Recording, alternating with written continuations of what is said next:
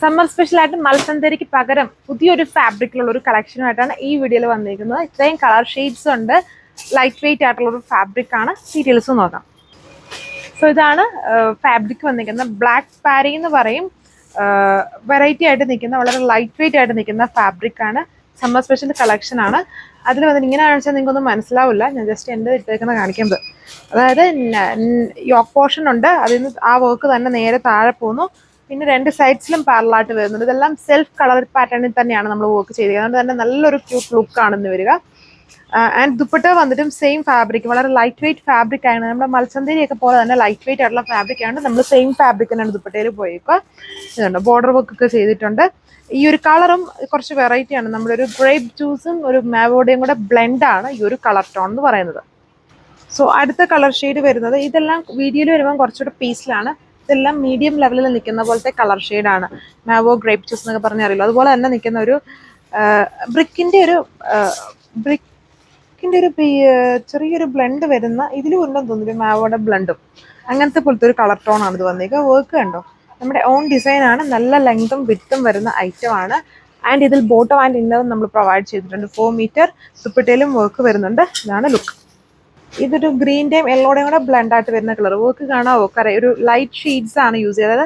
Almost self colour തന്നെയാണ് ഇതിൻ്റെ work പോയേക്കും. അത്യാവശ്യം ഹെവി ആയിട്ട് തന്നെ വർക്ക് ഉണ്ട്. വളരെ ഡിഫറെൻ്റ് ആയിട്ട് ഒരു സിമ്പിൾ ആൻഡ് വളരെ ഒരു സ്റ്റൈൽ ലുക്ക് തന്നെയുണ്ടോ.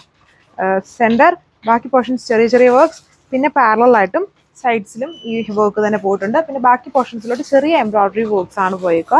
സോ ഈ കളർ എല്ലാം വീഡിയോയിൽ വളരെ ചേഞ്ച്ഡ് ആയിട്ടാണ് നിങ്ങൾ കണ്ടുകൊണ്ടിരിക്കുന്നത്. നേരിട്ട് കാണുമ്പോൾ നല്ല ക്യൂട്ട് കളറാണ്. വീഡിയോയിൽ വളരെ ഒരു ബീച്ച് ആൻഡ് യെല്ലോയുടെ ഒരു ബ്ലെൻഡ് ആയിട്ടായിരിക്കും കാണുക.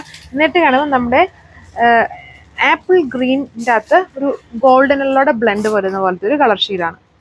സോ ഇതുണ്ടോ, ഇത് മാത്രമാണ് എനിക്ക് തോന്നുന്നു വീഡിയോയിൽ കറക്റ്റ് കളറായിട്ട് വന്നേക്കുന്നത്. ഈ ഒരു ലെവലിൽ തന്നെ നിൽക്കുന്ന കളർ ഷെയ്ഡ്സ് ആണ് നമ്മളിതിൽ കൊടുത്തേക്കുന്നതെല്ലാം. ബട്ട് ബാക്കി കളേഴ്സ് എല്ലാം വീഡിയോയിൽ വളരെ ചേഞ്ച്ഡ് ആയിട്ടാണ് വരുന്നത്. ഉണ്ട് ഈ ഒരു ലാവെൻഡർ അല്ലെങ്കിൽ വയലറ്റ് എന്ന് പറഞ്ഞ ഒരു കളറും എപ്പോഴും കാണുന്ന ഷെയ്ഡിൽ നിന്ന് ഒരു ഡിഫറൻസ് ഇല്ലേ, കുറച്ചൊരു ഒരു വെറൈറ്റി ഉണ്ട്. ബോട്ടം ആൻഡ് ഇന്നർ ഉണ്ട്. സാൻഡൂൺ ഫാബ്രിക്. 1195 ആണ് പ്രൈസ് റേഞ്ച് വരുന്നത്.